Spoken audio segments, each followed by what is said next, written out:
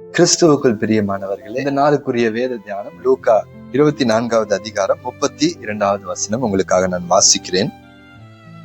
அப்பொழுது அவர்கள் ஒருவரை ஒருவர் நோக்கி, வழியிலே அவர் நம்முடனே பேசி வேத வாக்கியங்களை நமக்கு விளக்கி காட்டின பொழுது நம்முடைய இருதயம் நமக்குள்ளே கொழுந்து விட்டு எரியவில்லையா என்று சொல்லிக் கொண்டு.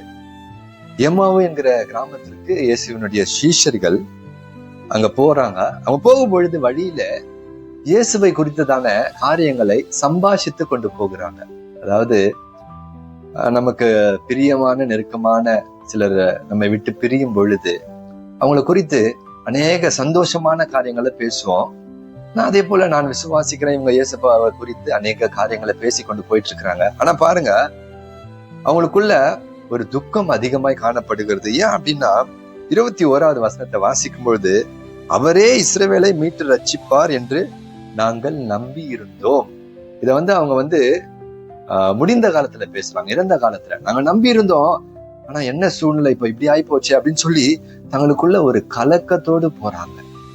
எத்தனையோ வருஷமா இயேசுவினுடைய வல்லமைகளை பார்த்திருக்கிறாங்க, கிரியைகளை பார்த்திருக்கிறாங்க, நன்மைகளை பார்த்திருக்கிறாங்க, விசுவாசிச்சிருக்கிறாங்க. இயேசு கிறிஸ்து உங்கள் இருதயம் கலங்காது இருப்பதாகன்னு சொல்லி இருக்கிறாரு.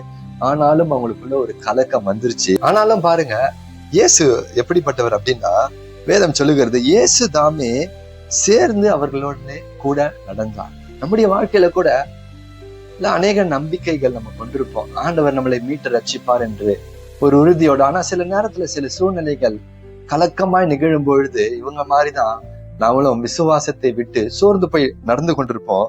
ஆனா பாருங்க, நம்முடைய ஆண்டவர் எப்படிப்பட்டவர். நான் உயிர்த்தெழுந்த ஆண்டவர் அவர்களோட கூட நடந்து போனார். பிரியமானவர்களே, நம்முடைய வாழ்க்கையிலையும் நம்ம கலங்கி நிக்கிற சூழ்நிலையில விசேஷ விதமாய் கலக்கமோடு இருக்கிறோம், யாரும் இல்லாத சூழ்நிலையில ஆண்டவர் நம்மோடு கூட அவர் நடந்து வருகிறார். என்ன பிரச்சனைனா, நம்முடைய கண்கள் அதை பார்க்கல, ஆனா நிச்சயமாகவே அதை நம்ம உணர முடியும். சூழ்நிலைகளுக்கு அவர் தப்பு வைக்கிறது, வியாதியில இருந்து அவர் தப்பு வைக்கிறது. யாருங்க இதெல்லாம் செய்தா?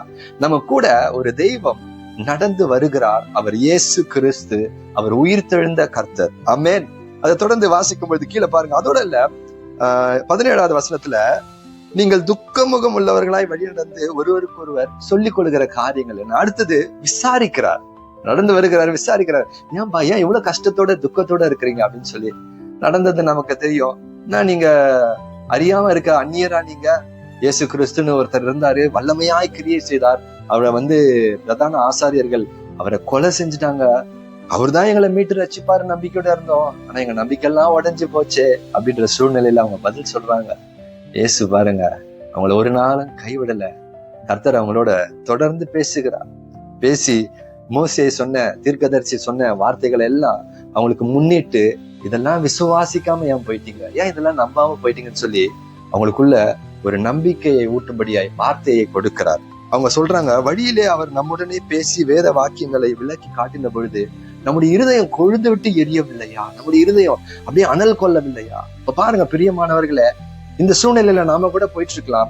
ஐயோ, ஆண்டவர் தான் எங்களை ரட்சிக்கணும், ஆண்டவர் தான் ரட்சிப்பாருன்னு நினைச்சோம், ஆனா நாங்க இப்படி நிர்கதியாய் கலங்கி போய் நிக்கிறோமே அப்படின்னு சொல்லி நம்ம யோசிக்கிற சூழ்நிலையில ஆண்டவருடைய வார்த்தை சொல்லுகிறது, அவர் நம்மோடு கூட நடந்து வருகிறார், கூட தான் இருக்கிறார். மறந்துடாதீங்க, கடல்ல நீங்க பிரயாணம் பண்ணலாம், கூட தான் இருக்கிறார். அவர் உங்களை கைவிடல, நம்மை கைவிடல. அது மாத்திரம் இல்ல, நம்முடைய துக்கத்தை அவர் விசாரிக்கிறார். ஏன் மகனே, ஏன் மகளே, ஏன் இப்படி இருக்கிற? நான் இருக்கிறேன் அப்படின்னு சொல்லி. அப்ப அந்த இடத்துல எங்க விசுவாசம் பலப்படுகிறது அப்படின்னா, அவருடைய வார்த்தை வரும் பொழுது, அவருடைய வசனம் வந்த பொழுது அவங்க சொல்றாங்க, நம்முடைய இருதயம் கொழுந்து விட்டு எரிந்தது. பிரியமானவர்களே, நாமளும் அவருடைய வசனத்தை நம்பும் பொழுது, நமக்குள்ள நினைப்பூட்டும் பொழுது நம்முடைய இருதயம் கொழுந்து விட்டு எரியும். எதனால கொழுந்து விட்டு எரியும்னா, வார்த்தை வரும்போது விசுவாசம் அங்க அனல் கொள்ளுகிறதா இருக்கும். விசுவாசம் வந்துருச்சுன்னா எல்லா சூழ்நிலையும் மாறும். ஆமென். இந்த உயிர் தெழுந்த இயேசு கிறிஸ்து இந்த நல்ல நாளில பிரியமானவர்கள் நமக்கு கொடுக்கிற ஒரு தைரியம் உள்ள வார்த்தை, அவர் இன்றும் உயிரோட இருக்கிறார். நம்முடைய மீட்பர் உயிரோட இருக்கிறார். என்ன பிரச்சனையில் நீங்க போயிட்டு இருந்தாலும் அதற்கு நிச்சயமாய் அவர் ஒரு முடிவை கொடுப்பார், ஒரு சமாதானத்தை கொடுப்பார், ஒரு சந்தோஷத்தை கொடுப்பார். ஏன்னா நிச்சயமா முடிவு இருக்கு.